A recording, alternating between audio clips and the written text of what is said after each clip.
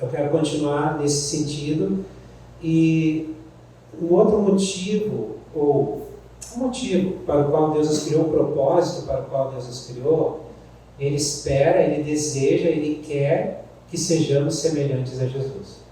Sejamos semelhantes ao seu Filho. Em Romanos 8:29, é um texto bem conhecido, e há anos atrás é um texto muito ministrado entre nós, que diz: pois aqueles que de antemão conheceu, também os predestinou para serem conformes à imagem do seu Filho, a fim de que ele seja o primogênito entre muitos irmãos. É interessante que, se a gente for olhar para a criação, nós vemos que os únicos seres que foram criados à imagem e semelhança do Senhor foi os seres humanos. Foi Adão e Eva. E a partir deles, a gente sabe toda a situação que ocorreu do pecado. E interessante que, quando fala do filho de Adão, cita lá que esse filho era a semelhança de Adão e não mais a semelhança de Deus, porque havia acontecido um rompimento. Algo que era muito claro, muito perfeito da parte de Deus, que tinha feito o homem à sua imagem, o pecado veio e maculou. Porém, esse continua sendo o propósito de Deus. Que eu e tu agora, no nosso tempo, na nossa geração, sejamos a imagem e semelhança dele. E ele vai mover todas as coisas para que isso se cumpra na nossa vida. Interessante que o versículo anterior de Romanos 8:28 diz: sabemos que Deus age em todas as coisas para o bem daqueles que o amam, dos que são chamados de acordo com o seu propósito.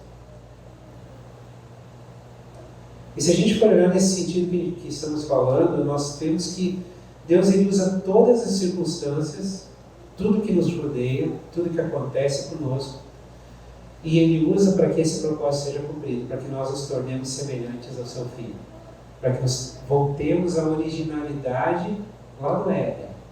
Quando lá se perdeu por causa do pecado, essa semelhança, pois o Senhor tem nos chamado, e o propósito dele é que nós voltemos a ter essa semelhança, vivamos essa semelhança. Colossenses 1,15 diz: Ele é, falando de Jesus, a imagem do Deus invisível, o primogênito de toda a criação. E Paulo, quando ele instrui a igreja de Éfeso, no capítulo 4, versículo 13, ele faz uma citação bem importante. Ele diz: até que todos alcancemos a unidade da fé e do conhecimento do Filho de Deus e cheguemos à maturidade, atingindo a medida da plenitude de Cristo. Se olharmos para o texto anterior, ele é a imagem do Deus invisível. E aí nós vemos Paulo ensinando a igreja de Éfeso, e essa palavra vem sobre nós, a gente já falou muito sobre isso também, que existe um objetivo, existe um alvo que o Senhor tem conosco de nos levar a ter uma maturidade, a ter uma plenitude no que diz respeito à semelhança, à santidade, à medida da estatura do Filho de Deus. É algo muito elevado. É algo muito elevado mesmo. Mas é o propósito que Deus tem para nós. Sermos a imagem e semelhança do seu Filho. E quando o Paulo fala aqui de maturidade, ele está falando de nós irmos crescendo e nos tornando homens e mulheres maduros espiritualmente. Isso se traduz em um caráter de Cristo em nós. Isso se traduz mostrando, ou a nossa vida expressando, mostrando, as pessoas olham para nós e veem o caráter de Cristo. Então essa maturidade é algo que cada um de nós está no caminho para se tornar mais maduro. Lá quando a gente nasceu de novo, nasceu em Cristo de novo, nós começamos essa jornada de nos tornar semelhantes a Ele, amadurecer ter o caráter de Cristo. Então, alguns de nós têm uma jornada já de 20 anos de fé, outros de 40 anos de fé, outros talvez pouco tempo convertido, mas nem sempre o tempo de conversão é expresso claramente no que diz respeito à maturidade. Ou seja, às vezes um cristão que converteu há 20 anos pode não estar tão maduro quanto um que se converteu há 5 anos. E não há regra nisso. Porque existe um processo de Deus do qual nós participamos, e o que nós precisamos ter em mente é que é um propósito que Deus tem conosco de nos tornar homens e mulheres maduros. Sabe, irmãos, o mundo, aí a gente acabou de orar por nossa nação, né? O Brasil, ele está precisando de uma igreja madura. Concordam comigo?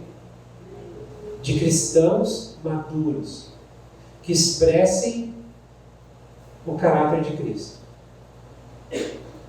O Brasil está, assim, não precisamos nem falar do Brasil, se a gente for falar de Três Coroas, em termos de igrejas, de organizações, né, de pessoas se reunindo, tem muitas mesmo.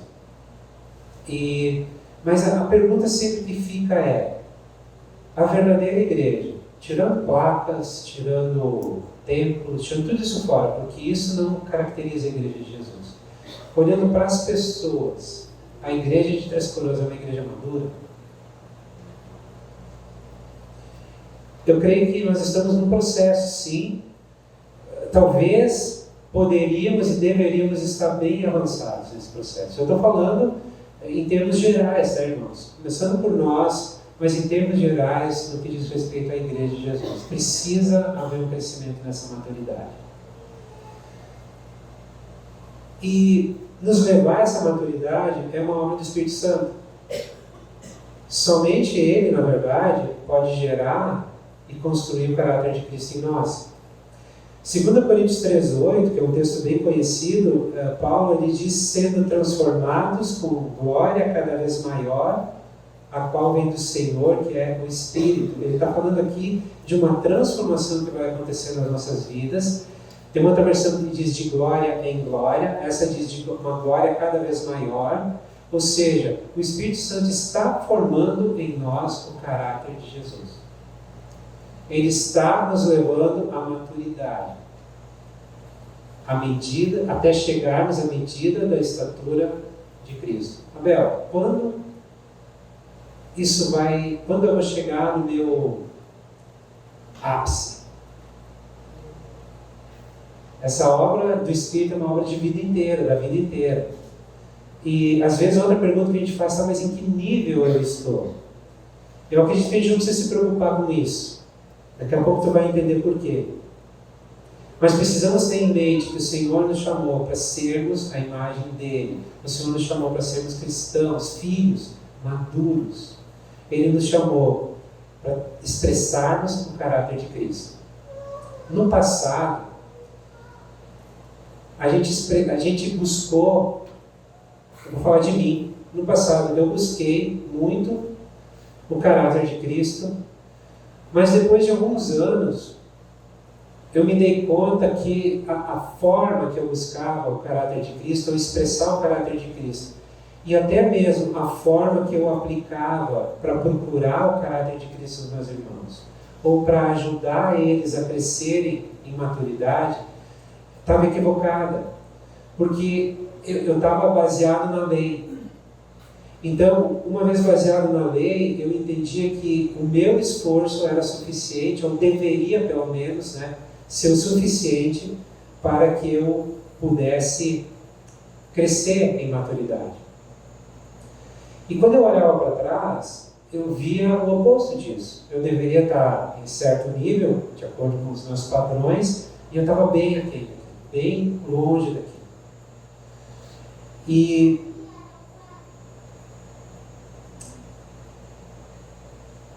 eu creio que cada um de nós tem esse desejo, porque esse desejo foi colocado dentro de nós. Quando nós nascemos de novo, nós nascemos com o ímpeto, com o desejo, porque o Espírito Santo habita em nós, de crescermos e amadurecermos. Nenhum bebê, ele nasce e fica bebê pro resto da vida. O natural mostra isso para nós, né? Uma criança, quando ela nasce, ela vai crescendo, crescendo, crescendo e vai se tornar um homem maduro. Espiritualmente, deve ser o mesmo processo. Nós nascemos em Cristo, vamos crescendo até nos tornar homens e mulheres maduros. E muitas vezes, nós só nos damos conta que amadurecemos em determinada área da nossa vida quando olhamos para trás. Porque quando a gente está vivendo o processo de amadurecimento, às vezes a gente não está nem compreendendo que o que está acontecendo conosco ali está nos levando para um amadurecimento. Está nos levando para uma fase ou para um lugar de expressarmos o caráter de Cristo. Mas, quando a gente olha para trás da nossa vida, é um exercício que tu pode fazer também. Quando tu olha para trás da tua vida, tu vê uma série de áreas na tua vida que amadureceram, falando espiritualmente. Tu também vai olhar para trás e vai ver lá uma série de áreas que tu vai dizer assim, poxa vida, mas isso aqui eu deveria ter crescido mais. Eu preciso crescer mais, eu preciso amadurecer mais nessa área. Também vai acontecer. Mas eu queria que tu focalizasse em olhar para trás e ver as áreas que tu já cresceu. É um exercício bem legal de se fazer, bem importante de se fazer. Talvez tu possa fazer isso amanhã, essa semana. Coloca diante do Senhor, Senhor, me ajuda a ver, eu quero olhar as áreas da minha vida, que eu me tornei mais semelhante a Jesus. Agora, uma coisa é verdade, isso eu aprendi na prática, irmãos, que nós não somos capazes de gerar o caráter de Cristo. Nós não somos capazes de produzir o caráter de Cristo. Não é uma questão de decisão de final de ano, de força de vontade, de disciplina. Isso eu aprendi na dor. Porque, às vezes, a gente pode ser muito disciplinado em determinada área e a gente vai crescendo, vai crescendo, vai crescendo até cair. Por quê? Porque, às vezes, a gente está usando nossa força, o nosso braço, o nosso entendimento, tentando produzir santidade que pertence a Deus. Então, nós não podemos produzir, mas nós podemos e devemos colaborar com aquilo que o Espírito Santo está fazendo. E a obediência, irmãos, ela libera o poder de Deus. É lógico que o que a gente está falando aqui de crescer em maturidade, crescer em caráter, se tornar maduro, o que produz isso é o poder do Espírito Santo, é o poder de Deus. E uma vez que nós obedecemos ao Senhor, esse poder é liberado sobre a nossa vida. E é como a gente sempre fala, Deus ele não invade, Ele não arromba portas, Ele não arrebenta o nosso coração, mas Ele bate lá. Ele bate. E Ele espera que a gente responda a esse chamado dele, né? Então, todas as vezes que nós nos sujeitamos à vontade de Deus, obedecemos à vontade dele, obedecemos à palavra dele, é como se mais uma porção de graça fosse manifesta sobre a nossa vida para crescermos e nos tornarmos um pouco mais semelhantes a Jesus. Efésios 4, 22 até o 24 diz assim: quanto à antiga maneira de viver, vocês foram ensinados a despir-se do velho homem, que se corrompe por desejos enganosos, a serem renovados no modo de pensar e a revestir-se do novo homem criado para ser semelhante a Deus em justiça e em santidade provenientes da verdade. Então, irmãos, a obra de gerar o caráter de Cristo em nós, ela pertence completamente ao Espírito Santo, como eu já falei. Porém, isso não quer dizer que nós temos que sentar, nos relaxar, colocar as perninhas para o ar e dizer assim, bom, eu estou aqui, então, se é tu quem faz, eu não preciso fazer nada. Não é assim que funciona também. Paulo está dizendo aqui que precisamos abandonar a antiga maneira de viver, mudar a nossa forma de pensar e desenvolver novos hábitos. Agora eu quero te perguntar, tu já conseguiu abandonar completamente a tua antiga maneira de viver? Todos os aspectos dela. Toda ela. Tu já conseguiu fazer isso? Sim ou não? Tu já conseguiu mudar completamente a tua maneira de pensar sobre todas as coisas, sobre Deus, sobre ti mesmo, sobre os teus irmãos? Tu já conseguiu mudar completamente a tua maneira de pensar de antes para agora, do antes de ser filho para depois de ser filho? Isso está completamente resolvido em ti? Sim? Não ainda. Tá bem. Vou fazer um checklist aqui. Desenvolver novos hábitos. Com certeza tu tem desenvolvido novos hábitos. Amém? Tem algum hábito que tu desenvolveu que foi um hábito bom, que era uma maneira que tu vivia desordenada na tua vida, tu desenvolveu um hábito bom, ok? E que por um acaso tu retrocedeu nesse hábito, tu deixou de praticar esse bom hábito. Já aconteceu contigo isso? Tu te esforçou muito para desenvolver um novo hábito, um bom hábito, mas alguma coisa aconteceu que... Já aconteceu isso contigo? Pois é, isso mostra que nós estamos no processo. E isso mostra também, uma outra coisa que eu aprendi, é que boa parte disso, o abandonar a antiga maneira de viver, o ter uma nova maneira de pensar, o desenvolver novos hábitos, se depender exclusivamente de mim, eu não vou chegar a lugar nenhum.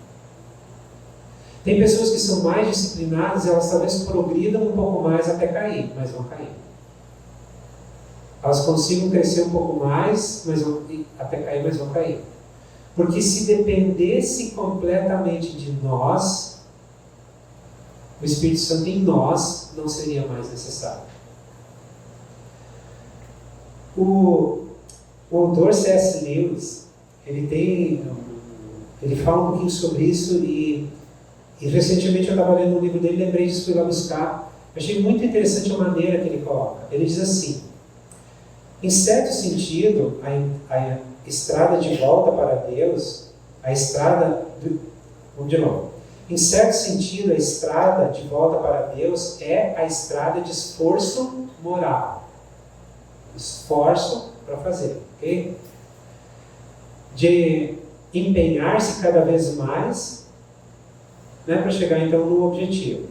Mas, em outro sentido, não é o esforço que nos levará de volta para casa.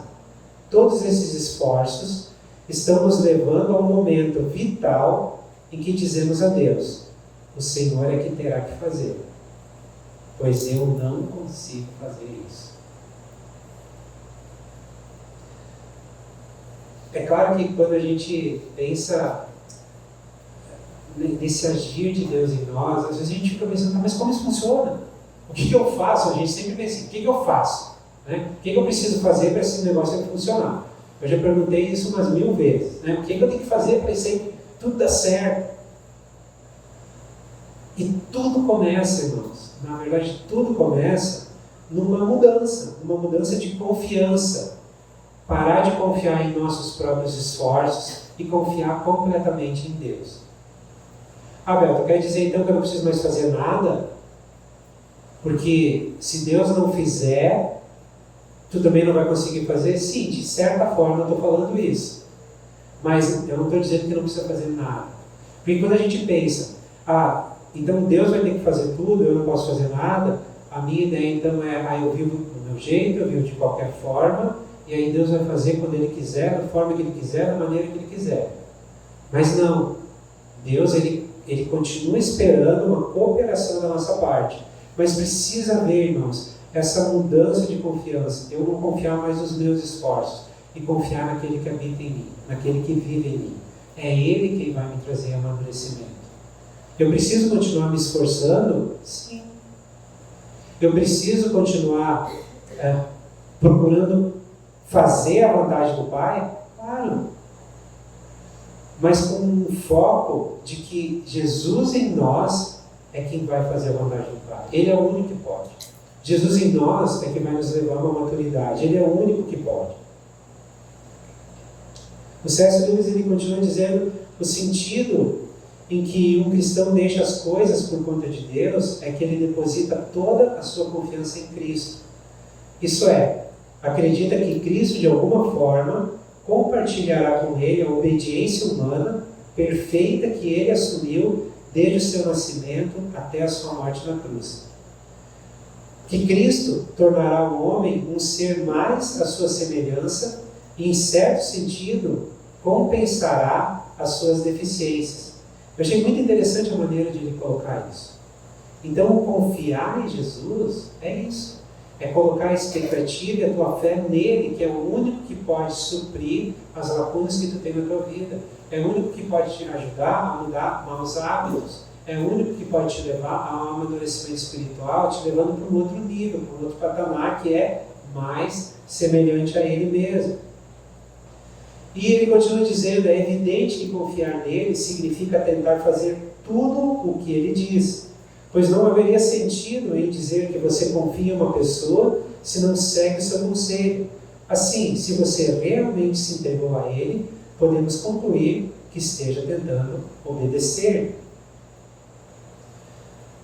Muitas vezes, irmãos, pastores, líderes, que ministram sobre a graça de Deus são mal compreendidos.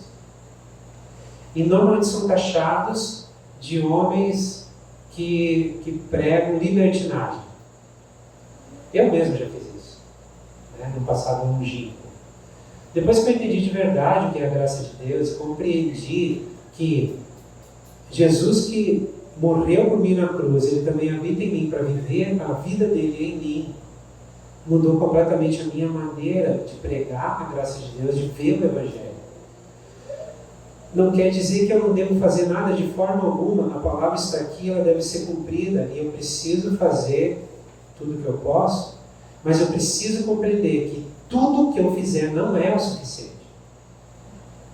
Estão entendendo? Tudo que eu sou capaz de fazer não é o suficiente. Não vai produzir o caráter de Cristo. Não vai me levar à maturidade. Eu devo continuar me esforçando, progredindo e tentando.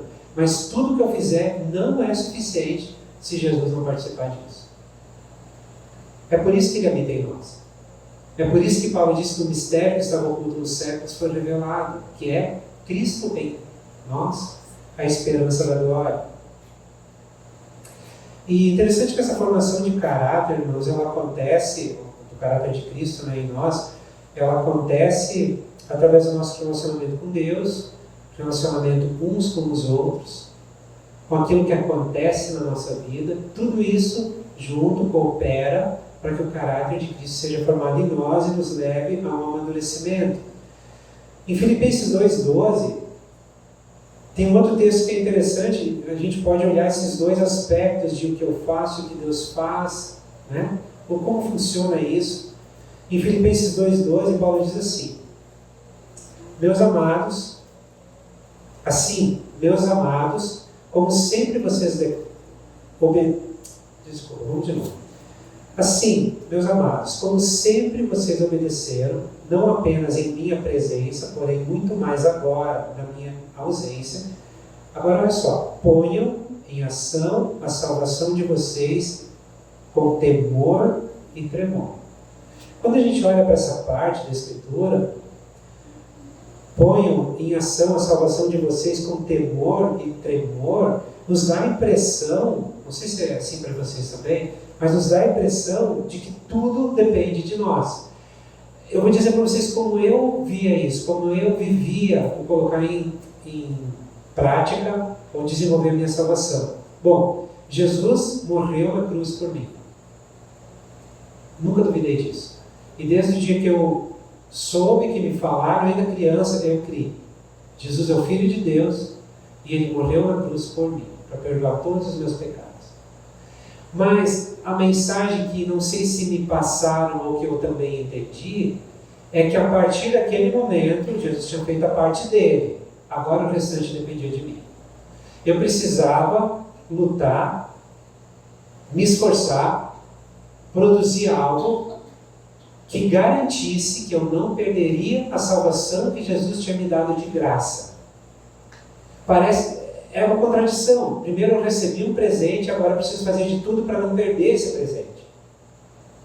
Mas quando a gente segue lendo o texto, Paulo continua dizendo: pois é Deus quem efetua em vocês tanto querer quanto o realizar, de acordo com a sua boa vontade.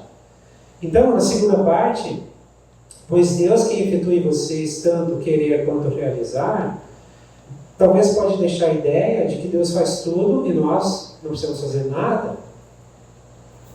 Mas onde está o desenvolver a salvação, então? Mas e se eu preciso de fazer algo para desenvolver a salvação, o que significa Deus tanto quer quanto opera, Ele tanto deseja quanto realiza?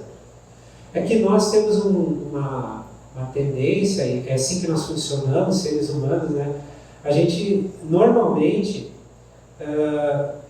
determina, essa é a minha parte e aquela é a tua parte. Eu faço isso e tu faz aquilo. Ou eu faço isso desde que tu faça aquilo. Não é assim que a gente funciona? Os nossos relacionamentos pessoais muitas vezes são assim. Eu faço isso, mas tu tem que fazer aquilo. Na liderança pode ser assim. Também a minha parte é essa, a tua parte é aquela. E nós transferimos isso para Deus. Deus, a tua parte é essa e a minha parte é essa. Mas na verdade, irmãos, o Senhor está buscando uma parceria. O Senhor está buscando viver a nossa vida. Afinal, é por isso que Ele habita em nós. É por isso que Ele quer nos fortalecer para conseguirmos criar novos hábitos. Mas Ele quer nos ajudar nesse processo. Ele quer nos ajudar quando vem a tentação, a vencer a tentação. Quando vem uma tentação, a primeira coisa que tu faz? A primeira coisa que tu faz quando vem a tentação? Tu tenta resistir ela? Sim ou não?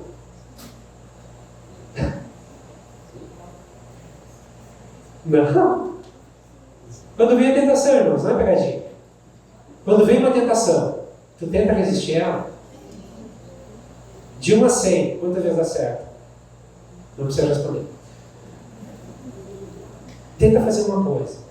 Quando vem a tentação, fala para Jesus da tentação. Jesus, olha aí, ó. A gente está com essa situação. Eu não vou dar conta, porque eu já tentei tanto. Algumas vezes eu consigo, outras não. Mas eu sei que tu habita em mim, que tu é o Filho perfeito do Pai. Tu tem a plenitude de Deus e que tu quer viver a minha vida. Vive tua vida em mim agora. Todas as vezes que eu consigo fazer essa oração, eu não pego. O problema é que às vezes a gente não consegue. A gente tenta resistir. Porque está dependendo do meu esforço, está dependendo da minha santidade, está dependendo da minha condição humana. E ela nunca vai ser o suficiente. Eu posso vencer numa área, na outra eu vou cair, eu posso vencer 2 vezes, na terceira eu vou cair. Porque, de certa forma, Deus permite que isso aconteça até que a gente chegue na conclusão de que precisamos dele para vencer uma tentação. Para não pecar, para crescer em maturidade, para crescer em santidade, para crescer no caráter de Cristo. Abel, eu não preciso fazer nada por respeito à tentação? Não, tu tem que resistir a ela. É lógico, tu tem que resistir a ela. Mas entenda que existe alguém que vive em ti, que é o único capaz de resistir completamente. E ele está dizendo, estou aqui, posso ajudar? Eu quero ajudar, eu quero formar o meu caráter em ti. Estão entendendo, irmãos? Amém? O caráter de Cristo em nós é formado de dentro para fora. Às vezes, a gente se deixa levar muito pela aparência. Eu já errei muito com isso. Muito mesmo.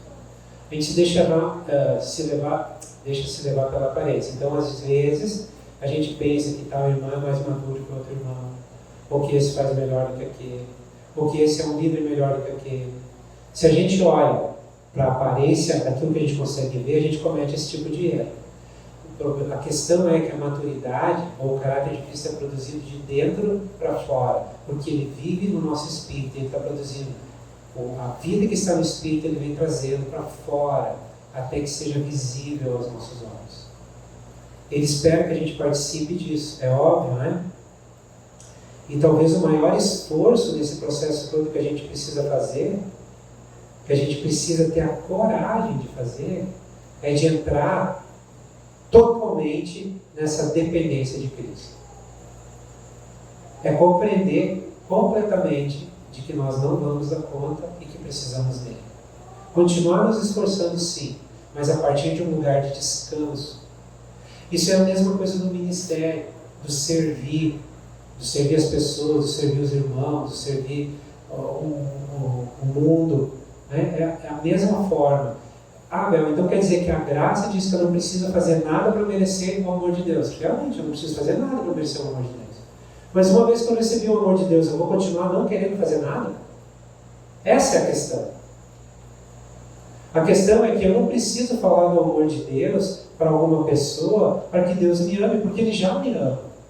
É justamente por isso que eu preciso falar que Ele me ama para ela, porque ela talvez não se sinta amada por Ele ainda, não saiba que Ele a ama. Eu não preciso fazer nada na igreja para ser salvo. Eu não preciso fazer nada na igreja para Deus me aceitar. Eu não preciso fazer nada. Eu posso ficar aí sentado, sem fazer nada. Mas a graça de Deus me constrange tanto, e depois que eu entendi de fato a graça me constrange muito mais, que me impulsiona e me leva a cada vez fazer mais. Porém, com uma diferença. Agora, eu posso produzir mais, posso fazer mais, mas não porque eu estou tentando alcançar alguma coisa. Mas, na verdade, foi porque Jesus já me alcançou. E porque agora mudou essa motivação no meu coração, eu posso fazer mais a partir de um lugar de descanso. Eu não preciso estar angustiado, ansioso, procurando coisas para fazer para agradar a Deus. Não preciso, irmãos, não preciso.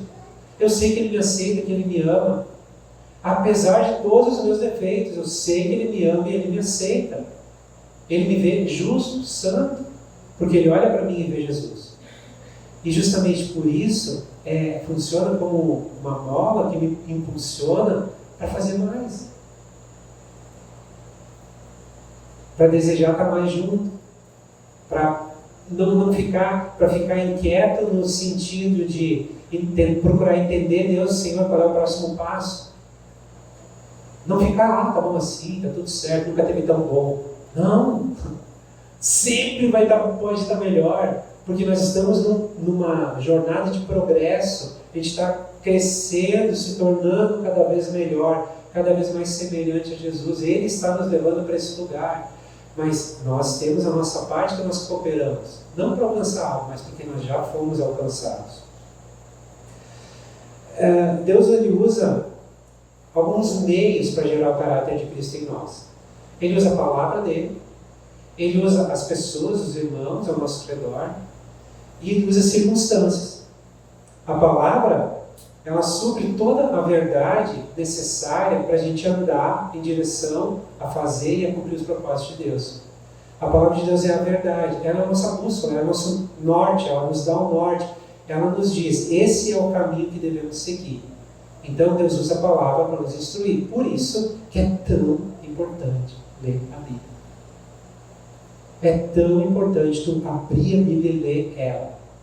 Essa semana, copiei o negócio da Bárbara, copiei muita coisa dela, né?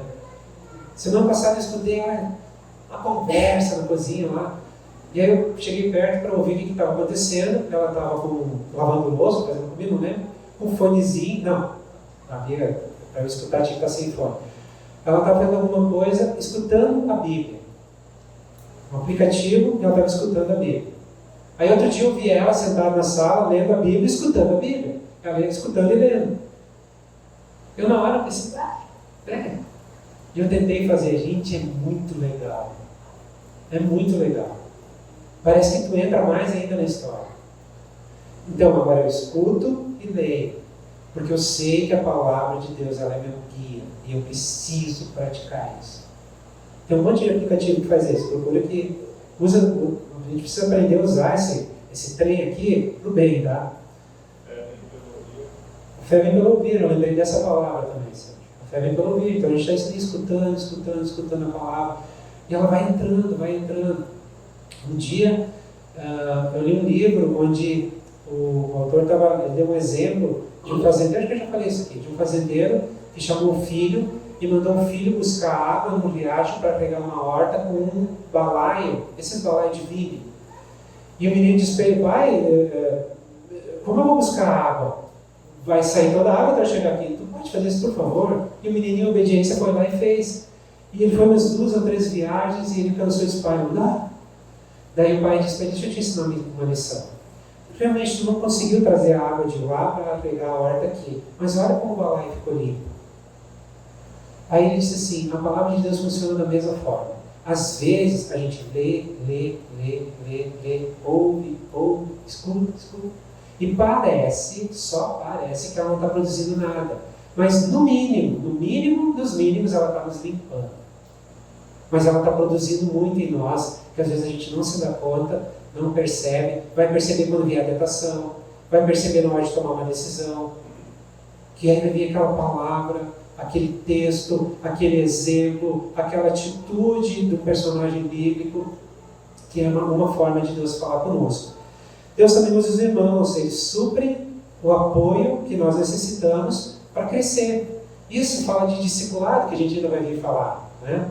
Isso fala de companheirismo, de andar junto, de ter alguém andando ao teu lado. Hoje eu entendo o discipulado um pouco diferente do que nós entendíamos há um tempo atrás, né? Eu creio que o discipulado tem muito a ver também com troca, com nós andarmos juntos e ajudarmos uns aos outros. Um pode até ser um pouquinho mais maduro que o outro, em determinados momentos vai acontecer, mas a gente pode, uma outra forma de discipulado acontecer é a gente andar junto, estar junto, ouvir um ao outro, servir um ao outro, amar um ao outro, aconselhar um ao outro, exaltar um ao outro. Tudo isso é discipulado. Tudo isso faz parte do discipulado. As circunstâncias, que talvez seja a parte mais difícil de tudo isso, porque ler a Bíblia, escutar a Bíblia, se a gente for um pouquinho disciplinado, a gente vai fazer. Estar junto com os irmãos, permitir que as pessoas nos ajudem a crescer, se a gente for humilde, vai acontecer. Agora, as circunstâncias a gente não tem domínio absolutamente nenhum. Nada, zero. As coisas simplesmente acontecem na nossa vida. E essas circunstâncias, todas elas, Deus usa. Aquele texto que eu citei lá no início de Romanos 8:28, todas as coisas cooperam para o bem daqueles que amam a Deus, né? Todas cooperam para nos levar a um amadurecimento, para nos levar a crescer em santidade. Uma outra palavra que é muito usada na Bíblia para o caráter de Cristo, para o amadurecimento, é santificação. Nós estamos num processo de santificação. O Senhor está nos santificando. Em um aspecto, nós estamos completamente santificados, porque o sangue de Jesus, ele nos limpou completamente. O Pai olha para nós e nos vê santos. Mas, por outro lado, nós estamos num processo de experimentar essa santificação na prática. Então nós somos santos, mas estamos no processo de ser santificados também. Nas escolas a gente fala bastante sobre isso. Então, nós temos a palavra, temos os irmãos, temos as circunstâncias, todas elas colaborando e sendo usadas por Deus para nos levar à imagem e semelhança de Cristo. Vocês viram como Deus é bom? No meio de tudo isso a gente está participando, mas a partir de um lugar de descanso, sabendo, Senhor, eu vou fazer tudo o que eu posso, mas eu entendo que tudo que eu posso não é suficiente. Então eu quero, a partir de agora, deixar que Tu me ajude na tentação, me ajuda na decisão, me ajuda no mau hábito. Eu quero mudar esse hábito na minha vida, eu já lutei tanto, eu já perdi as esperanças, eu já não tenho mais jeito. Eu me rendo. Eu me rendo. E aí nós vamos ver, experimentar na prática Jesus vivendo a nossa vida. O Senhor quer nos levar para o fim de nós mesmos, para o fim de tudo que nós podemos ter como controle na nossa mão, para que Ele seja o único no qual nós confiamos e o único do qual nós dependemos. E sabendo disso que Ele vive em nós. E interessante que muitos irmãos, muitas pessoas podem pensar que estudar a Bíblia e orar é suficiente para que o caráter de Cristo seja formado em nós. Coopera, mas não é suficiente. Porque Deus decidiu usar também as pessoas e a nossa história, o que acontece conosco. Então, aqueles que se isolam, né, dizem, eu não preciso da igreja, a gente falou sobre isso semana passada, é um equívoco, é um engano, é muito perigoso. Nós precisamos do corpo de Cristo, precisamos da família, porque faz parte do plano de Deus usar a família para nos ajudar a crescer em maturidade.